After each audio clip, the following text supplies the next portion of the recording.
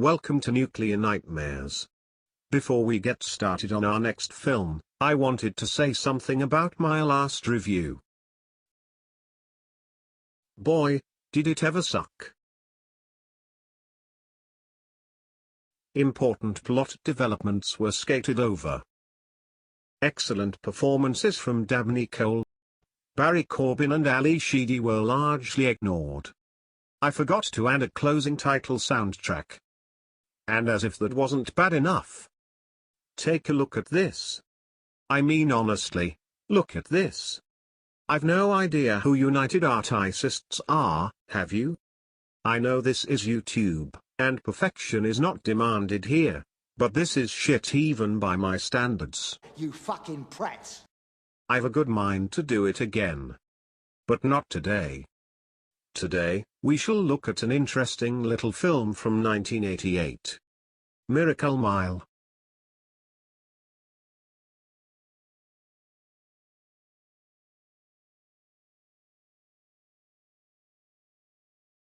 Our movie begins with our main character Harry Washello musing about finding love as he sits on a rooftop playing the trombone.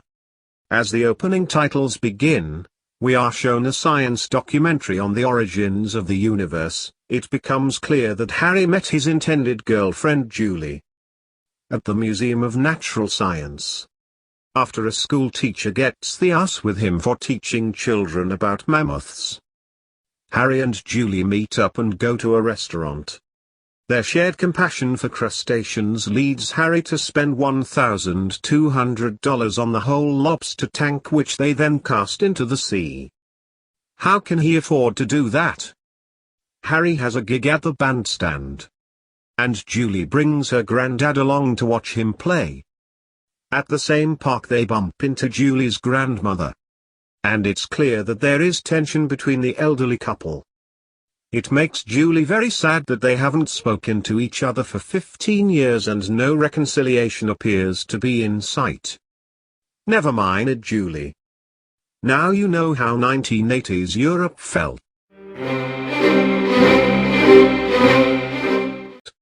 After a fine afternoon out, Julie has to work at the nearby cafe. But Harry agrees to pick her up as soon as her shift is finished. He says he'll take a nap to conserve some energy for the dancing later on. The date is fixed for 11 p.m.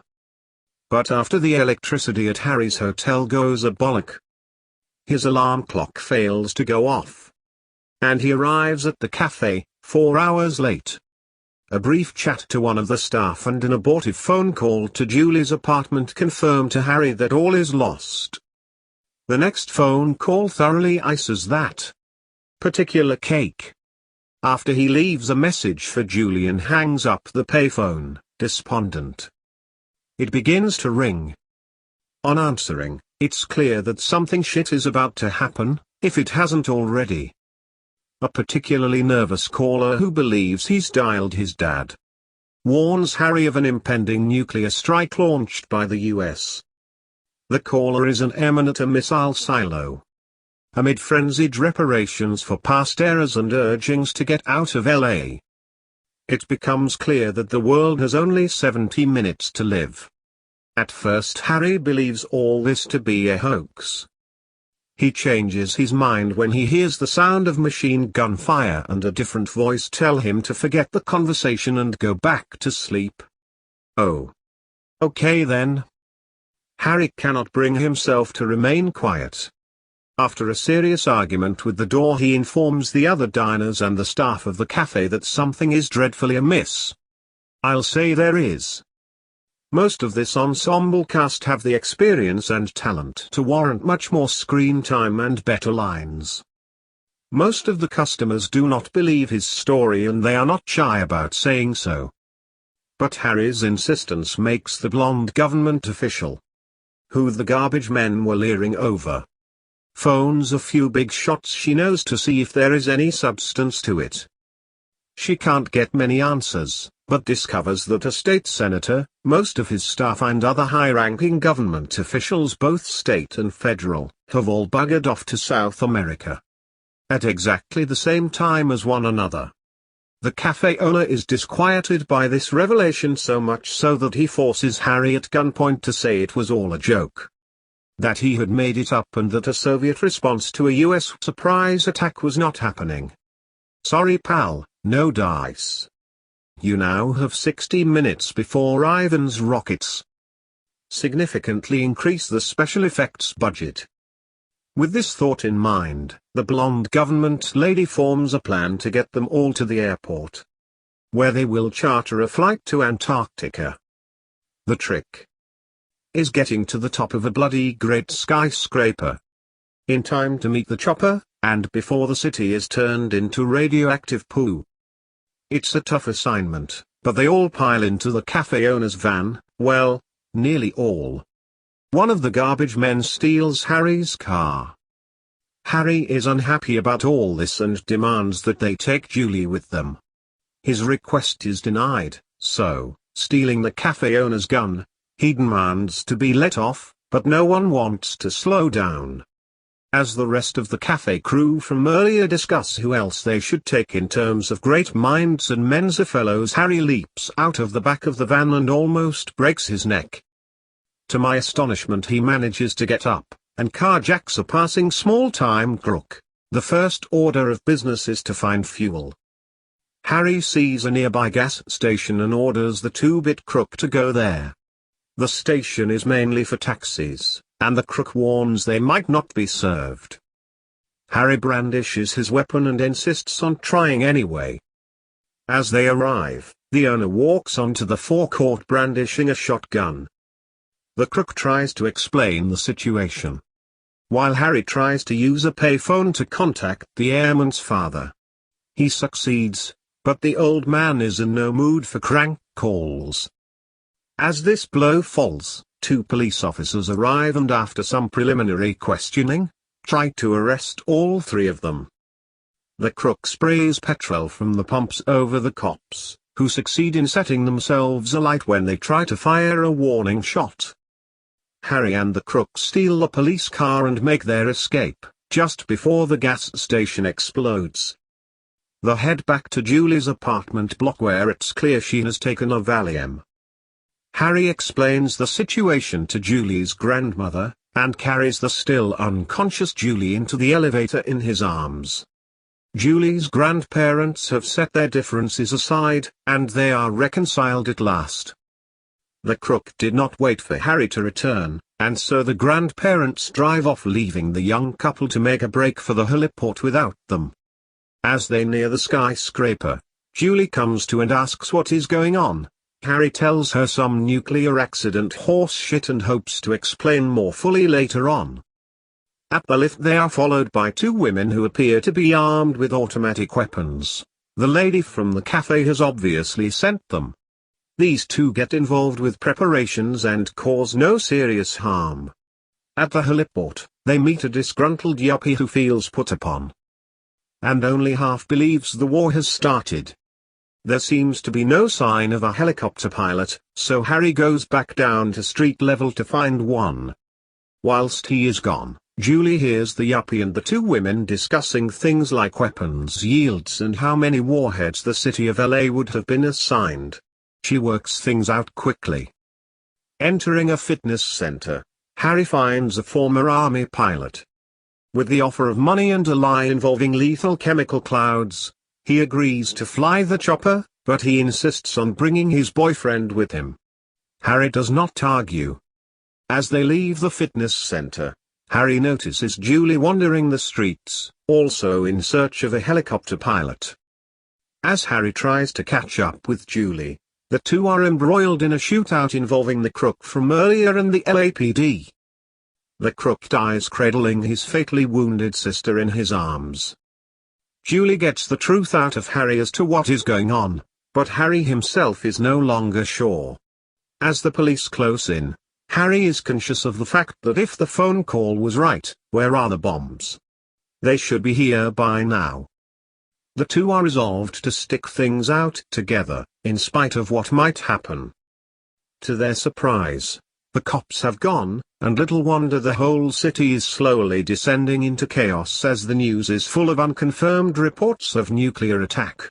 In the growing bedlam, Harry and Julie become separated, but are reunited back at the plaza. As they board the elevator and speak of love, the two become quite intimate, but as they reach the heliport they are obliged to wait until later. Everyone has gone, barring the yuppie who is now off of his head on pills, alcohol and just about anything else he could find lying around. As his gibberish becomes more difficult to follow, the sight of missiles streaking through the sky has put paid to any further debate. The helicopter returns for them, but the pilot is fatally wounded. He doesn't have much time. As Harry and Julie climb aboard and fly away, the yuppie tries to wave them off. Moments later, the sky is brightened by a nuclear detonation. The yuppie's eyes melt in his skull, and the helicopter is brought down in the tar pits. Resigning themselves to their fate, Harry tells Julie that they too will be in a museum someday. If the tar pits get a direct hit, they might even be turned into diamonds. Seconds later, we hear a loud explosion. The screen brightens before fading to black, and the credits begin to roll. In the years following its release, Miracle Mile has gained a cult following. As nuclear disaster movies go, it is a truly nightmarish example of what could have happened if the Cold War got hot. The emotional trajectory of the whole piece is emphatically downwards. Unlike the big hitters of this genre, Threads, The Day After and Failsafe to name but three, this film opens with a generally upbeat feel. It looks like we are going to be treated to the sort of rom-com shenanigans we might associate with a film of its time. Nothing could be further from the truth. We are given some sort of Armageddon foreshadowing from the scene at the museum, and as already hinted, we get a type of Cold War commentary from the situation with Julie's estranged grandparents. There was once a great and happy partnership which has dissolved into mistrust and paranoia. I noticed that Julie's grandmother here has a red balloon. Not a reference to the song by Nina by any chance? As the events of the movie unfold, we are moved at increasing speed to the film's chaotic climax, rather like a genuine nightmare, where the imaginary images get worse and worse until finally we wake up. Sadly, there will be no waking up for our characters. The pace of the film and the acting are superb. I don't know about you, but I did find myself worrying for the other characters, especially the ones from the coffee shop. Did they manage to get to safety? Or were they all barbecued like Harry and Julie? That's not to say that there is nothing at all wrong with this film. It does have its problems. You would need to watch it several times to get a good appreciation of what was going on. The one thing missing is a reason. Why was it that after the Icelandic Arms Limitation Treaty and the Soviet withdrawal from Afghanistan, that a first strike from the Americans was necessary? We are not told. In that sense, the film seems to be more about the fragility of human society than it does about Cold War hypothesis. Harry is an interesting if tragic figure. All it took was the end of the world for him to commit to a relationship, as well as committing grand theft auto, assault with a deadly weapon, kidnapping and double homicide. Where does a bloody trombone player get the money to book a hotel, buy an entire tank of lobsters as well as pay off the various people he meets along the way? His very name Washello. Written down it looks like was hello. So, that means goodbye then? One critic said that this film grasped for profundity but didn't get there. That's a bit harsh, but I do see the point. Yes, society is disintegrating in the face of its own demise, but why is it happening at all? Perhaps one message from this film is just because a threat has receded, it doesn't mean it has disappeared altogether. I believe that the point about the fragility of society is perhaps the central one. That's all for this episode. Many thanks for watching. I do hope you will join us next time on Nuclear Nightmares, but until then remember. Как говорят у нас в России, держать друзей близко, нас сохранит ваш враги в наручниках батареи или обогревателей.